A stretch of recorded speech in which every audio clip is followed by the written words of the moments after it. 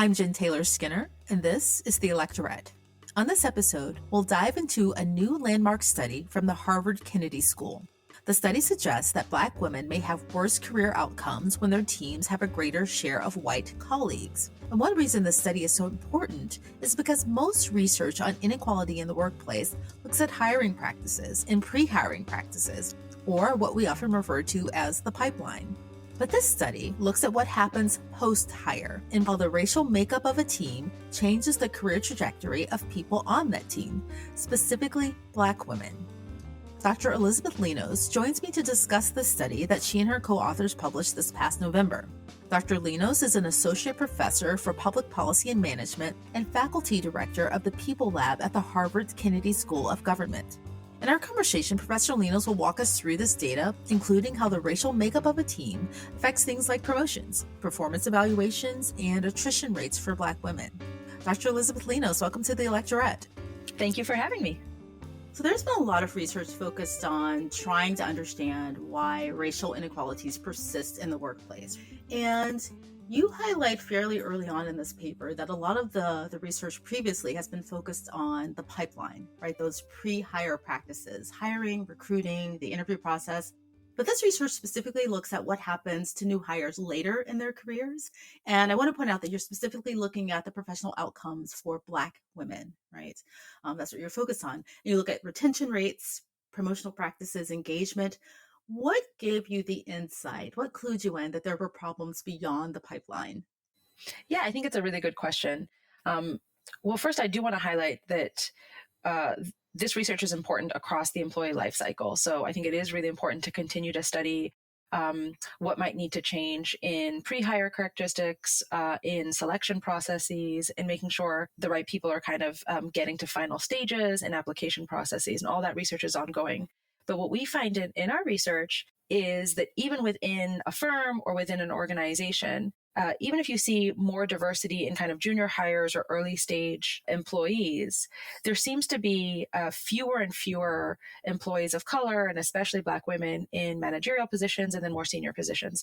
So to me, that's a first signal that there might be things that need to happen in the firm and in the workplace. More broadly, if we care a lot about diversity in organizations as a whole, by only exclusively focusing on recruitment, we might be missing opportunities to improve workplaces. We're bringing in people into workplaces that haven't changed or are still creating or furthering existing inequities. And so it's almost a vicious cycle where we're recruiting people who might look different than previous employees, but if they're leaving at higher rates or if they're not getting promoted at higher rates, it's a vicious cycle that's never going to lead to sustained diversity in these high wage workforces. I guess in a sense, it is understandable that, people have overlooked these, pre-hire or the post-hire practices, because you would assume that if a company is investing a lot of resources and a lot of time and thinking into improving the pipeline, to, getting rid of those biases in interviewing, that you'd find those same practices within the company culture, right? But that's not what's happening. I mean, can we explain that disconnect? Yeah, I think you're right. It's just a very different lens, right? So there's a lot of things that can happen in the broader labor market. A lot of people are studying education inequities. But what my research highlights, and I think this study is a good example of that, is that there's a lot that needs to change within a workplace as well. And so providing that same level of rigor and focus on the day-to-day dynamics or day-to-day interactions that people have at work could have these really large effects on things like recruitment, retention, and promotion. Because what happens in a workplace doesn't just stay in a workplace. It also is going to affect who wants to join a firm in the future as well. So it's just really providing that same level of focus that we have on pre-hire characteristics to what needs to change in a workplace, in the day-to-day experience of going to work for employees. So can you tell me a bit about the field site, the company that you used for research, right? The size of the company, the racial and the gender makeup, and how you conducted the research? Yeah, absolutely. So this is a firm that looks quite similar to a lot of high-wage elite professional services firms. So it's one of the many professional services firms that we have in the US and globally. And like many of these firms, the demographic makeup of the firm does not necessarily represent the demographics of the US. So we have about 5% Black employees, about 5% Hispanic employees, a slightly larger percentage of Asian employees, and the predominant demographic group are white employees, and in particular, white men. And what's important is that becomes wider and wider as you move up in the ladder. So senior leaders in this firm, like many firms of this kind, are predominantly white and male, even if there has been some progress on bringing in new recruits that are slightly more diverse. So let's dig into the data a bit, right? And I want to preface this by saying that, as a Black woman, I've worked in companies with a similar makeup and have encountered, directly these racial and gender inequality issues, right? These biases. And so when I look at this data, I was really excited because it was affirming, right? Affirming of my own experiences, but it was also shocking in how affirming it was, right? And I think that's both a good and a bad thing, right? So when you have these experiences anecdotally, there's very little you can do with that, right? But when you have data to back it up, there's still very little I can do with that. But it makes me feel better, right? Well, let's start with the racial turnover gap, right? So Black employees are 6.7 percentage points more likely to exit within the first 2 years than their white counterparts. So tell me a little bit about that data. And also, can you tell me how you're defining exit? What categories of attrition? Yeah, this is a great question. And if I may, Jen, one thing that I do want to highlight is exactly what you said about your experience. Sometimes we think about what's the value in quantifying or measuring something that many people have experienced in their day-to-day work. And my sense is that even just giving a number or magnitude to the size of the problem helps ground a conversation on what needs to happen next. But for many people, especially Black women, these results may not be surprising given their lived experience. But I still think it's helpful to put numbers behind that experience that a lot of people have had. So to get to your actual question on turnover, so we're defining turnover very broadly, and this is important. So we're just looking at whether or not a new hire is still working at the firm 2 years later. The 2-year mark is a very important, critical mark for a lot of these professional services firms, because after 2 years, you're really going up for promotion to the next level. There's a little bit of an up or out culture. So if you're not getting promoted at the 2-year mark, that's probably a negative signal. But what's important to note is that we can't tell in our data whether it's a good or bad thing for an individual employee. So we're not going to take a stance in our research on whether or not it's bad for any specific Black woman or employee to leave this specific firm. But what we see is these large racial differentials in who exits at the 2-year mark. And to me, that's an important thing for a firm of this side to really question, like, what is it about the firm that makes the experience so different for Black employees and white employees? And as you know, we see a turnover gap between Black employees and white employees. That's 6.7 percentage points. It's about 30% more turnover for Black employees. And what we note is an even larger gap between Black women and white women. So the gap between Black women and white women is 9 percentage points. That comes out to more than 50% of a gap in turnover between Black women and white women. So to us, that was a very surprisingly large gap, even though there is a huge literature that suggests that the experience might look different. Just the size of the gap was surprising. So what does that mean, right, in practical terms? So that means that you could say that it's more than just a gender issue, right? There's a gender and racial component, right? Is that what that means? Absolutely. So one thing that was really important to us for this paper is to really take an intersectional lens to looking at this question of diversity. So there's a lot of research that looks at gender dynamics within these firms or racial dynamics within these firms. And what our study shows is that the intersection of race and gender might lead to very different experiences. So white women in this firm are faring better both on turnover and on promotion than Black women. And so if we were to just look at this from a gender perspective, we would be obfuscating a differential experience for Black women. Same thing if we just looked at race. If we just looked at race, we wouldn't really be able to capture the double disadvantage that Black women often face in workplaces because of their race and their gender. Right, because I think what you found is that Black men had better outcomes than Black women, and other women of color also had better outcomes than Black women. Is that true? So what we focus on is kind of a one part of the experience. The main part of the paper, beyond just documenting these large gaps in turnover and promotion, is to really understand how having more white colleagues early on in your career, in your first few months on the job, might have differential impacts for different types of employees.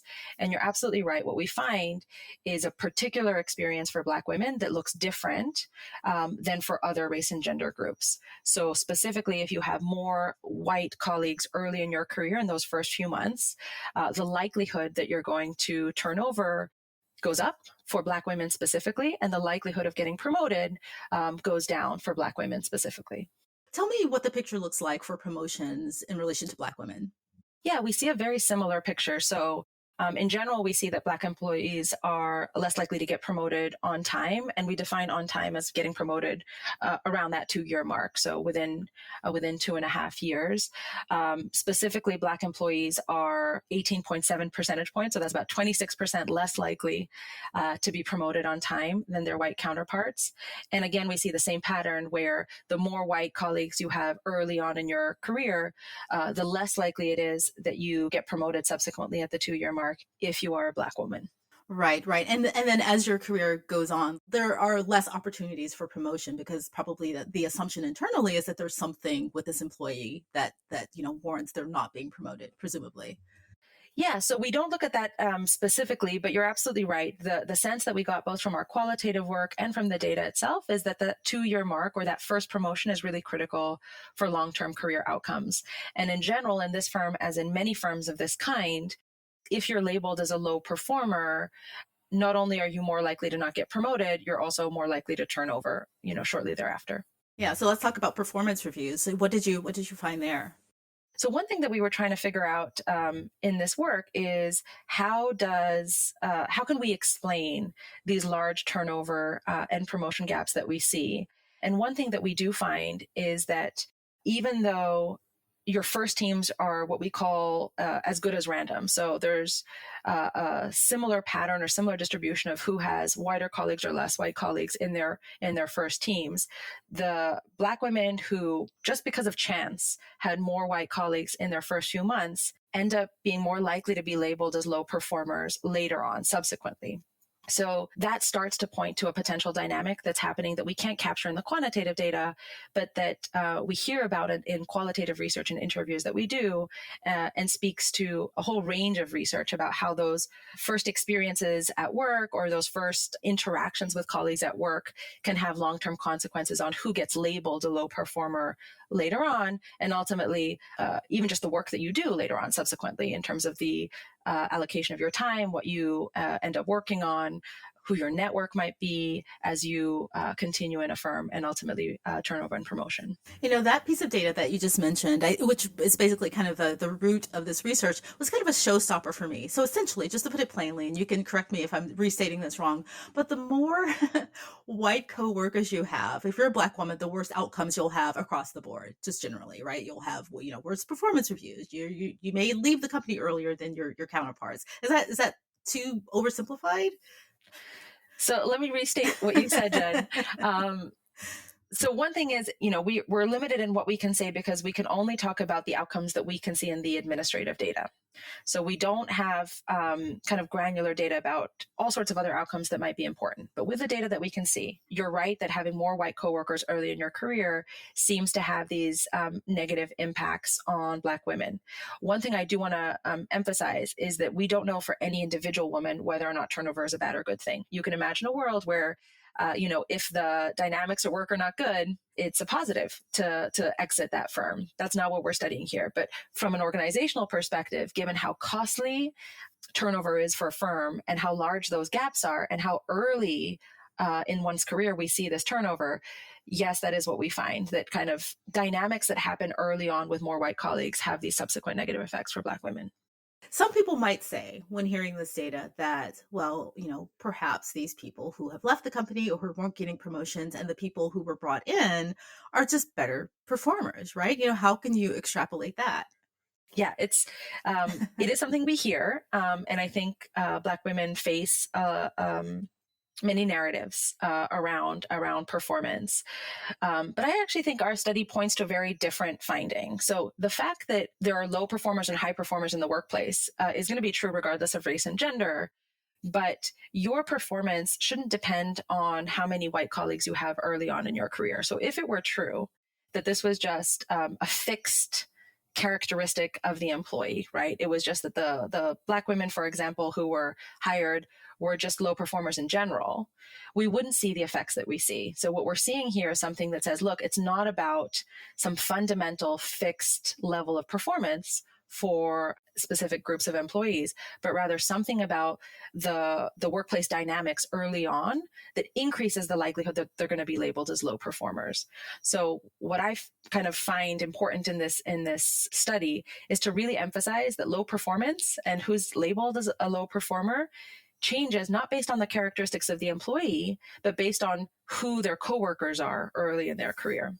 So I want to talk about another thing that you measured, which was engagement and participation, which seems like a harder thing to measure. How did you measure that and what were the outcomes there? Yeah, you're right that it's a harder thing to measure. And there are other kind of research techniques and research methodologies that really try to dig into the day-to-day, ways in which people participate in a meeting or show up at work. And we aren't able to capture that. What we are able to capture are a couple of things. One, how people score their engagement on a broader kind of engagement type survey. So a lot of firms have surveys or employee surveys where they ask about engagement. We don't see any differences there between employees who had whiter colleagues or not. Another measure of engagement that we use is essentially how you spend your time in this firm. So in this firm, as in many firms of its kind, you are allocating your time to either client-facing billable work or internal work or training. And what we find is that over time, Black women who had wider teams to begin with end up having fewer hours on billable work and more hours allocated to training. Now, again, I do want to emphasize that this isn't the general pattern. This is if you have a wider team initially, subsequently, later, over the next 2 years, we see less billable hours. So again, this is a really clear indication that there's something happening early on in one's workplace that is affecting how Black women end up billing time. And it could have many different explanations that we can't see in our data. Right. So I'm just trying to understand that practically. So does that mean when you say like less engagement and less billable hours, do you mean like they're engaged in fewer high profile projects or fewer meetings or fewer opportunities for networking, or what does that mean practically? Absolutely. So we don't see that they're assigned to fewer projects, and they're not assigned to, fewer high profile projects. That could have been one of the explanations for the patterns that we see. We just see that they're reporting fewer client-facing hours compared to employees who had fewer white colleagues early on in their career. That ends up mattering in these types of firms because it's a sign of success to bill more hours, to have higher billable hours in your reports. But what we can't see in our data is, is this someone who is doing the same amount of work but billing fewer hours? There's some research that suggests that that's the case. Or is it someone who, because they haven't had the same opportunities or the same network or the same conditions to be able to bill more hours, end up billing fewer hours? And we see both in our qualitative research. So we see some employees saying, I was made to feel like I should be doing this faster. And so I was billing fewer hours because I thought I shouldn't be billing as many hours as it actually took me. I should have been faster at, doing a specific task. We also hear from other interviewees, I tried to speak up in meetings and my ideas kept getting ignored. So over time, I said, there's no point in me speaking up in meetings because no one's even listening. So both of those things are coming out in qualitative research. And there's a large evidence base for potential ways in which initial dynamics could affect future engagement and participation. But all we can see is actually just the final, hours in the administrative data. It sounds like the employees that you talked to, the Black women specifically, had a sense of what was happening to them. Did you get that feeling? Yeah, we were very fortunate to speak to employees from all races and genders. And there were some patterns that were true across the board. So a level of anxiety about what factors are going to play a role in promotion, or what does it mean to look good on the job. And then beyond that, we certainly heard from Black women an additional set of work or stressors that they had to manage to be able to be successful in this firm. And I do want to emphasize, I would expect the patterns to look very different in other firms of this kind that are high wage elite firms that are dominated by white men. I don't think it's specific or unique to this firm. But we heard about the additional workload required to manage identities in a meeting, or to feel like networks that were available to some employees might not have been available to all employees, and in a sense that initial dynamics between managers and employees might look different for Black women than for other groups. Yeah, and I think you mentioned this earlier, but I think another showstopper for me in this data was the fact that white men specifically had the greatest impact on the trajectory of a Black woman's career, right? Yeah, that's exactly right. So, our first finding is we see having more white coworkers ends up having these effects on turnover and promotion of Black women in particular.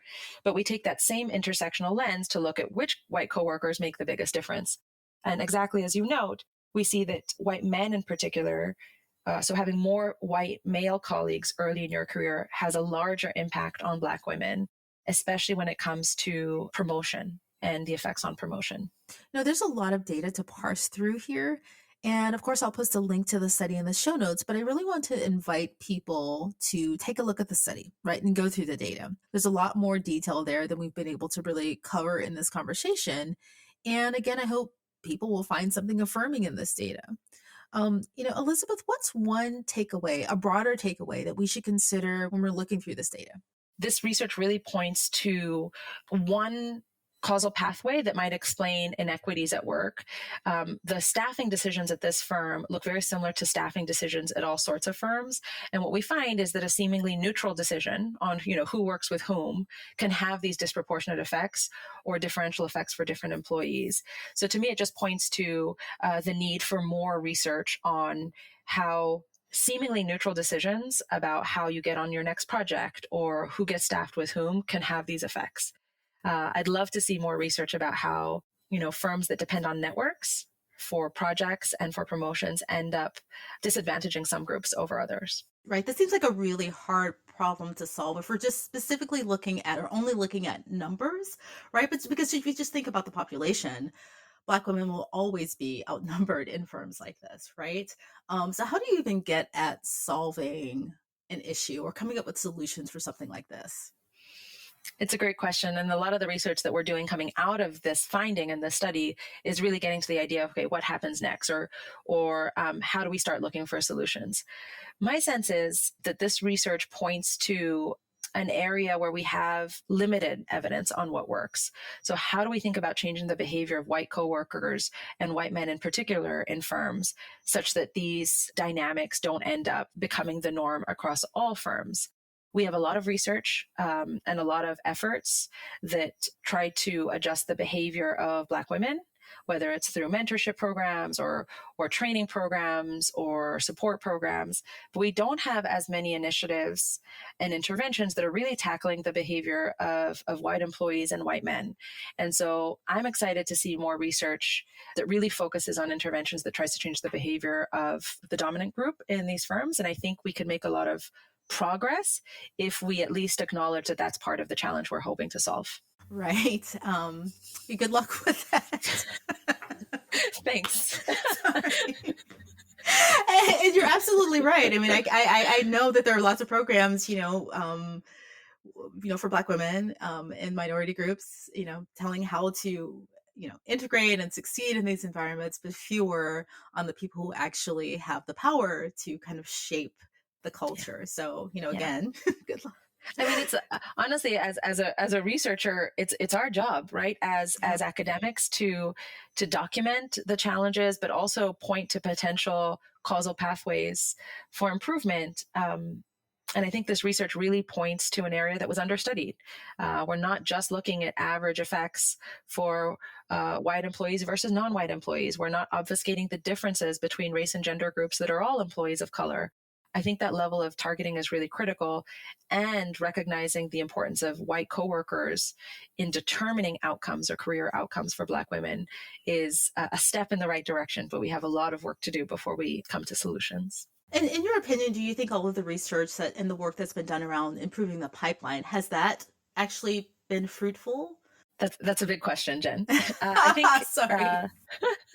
I think one thing that we have unearthed through that research is that seemingly small changes in how we do selection or how we think about interviews can really make a difference. And to me, that's really important. So it's the same flavor of research to say, actually, the environment in which you're choosing applicants could really affect who you choose, or the way you read a CV could really change who you select, even by selecting criteria that aren't relevant for the job. And so there's been a big push to rethink how we do recruitment and selection with those differences in mind. That has, I think, borne fruit, even though, of course, there's still a lot of work to be done on recruitment and selection. And we do need to do the same thing at each stage in the process. So onboarding new hires, how we think about who gets tapped for promotion and who is promoted, all the way through kind of senior levels of management. Yeah, when I think about when I first entered my career in technology, about the way that interviews and the pipeline was done then versus how it is now, I can see a lot of changes, right? They've done, a lot of tech firms use a lot of kind of blind interview processes, right? Where you can't necessarily determine at the very beginning the gender or race or background of the interviewee. And so you can see some improvements there. But again, thinking about myself, I think one of the reasons I really wanted to have this conversation is because of my own experiences. And I'm hoping that when I left, that industry, when I left corporate America, I had conversations with a lot of other Black women and, mentees talking about their experiences, and they had some of the same experiences that I had. And I wish I had the data to help them feel less lonely and to let them know that this isn't just you. There's data out there to support these experiences. And I think that's why this is so important. And it was really, good for me to have this conversation with you. I appreciate that. And I'm hoping that's what this can do, really document the patterns here, that it's not an individual level challenge. It's also, if someone's labeled a low performer, there are many things that go into that, including things that are out of their control and have nothing to do with their actual underlying ability to perform. And so by unearthing this and documenting it in a very rigorous way, I'm hoping to just clarify or validate the experiences that people might already be having on the job. Well, Professor Linos, Elizabeth Linos, thank you so much for joining me. This has been a really great conversation. Thank you for taking the time to talk to me. Thanks so much for having me.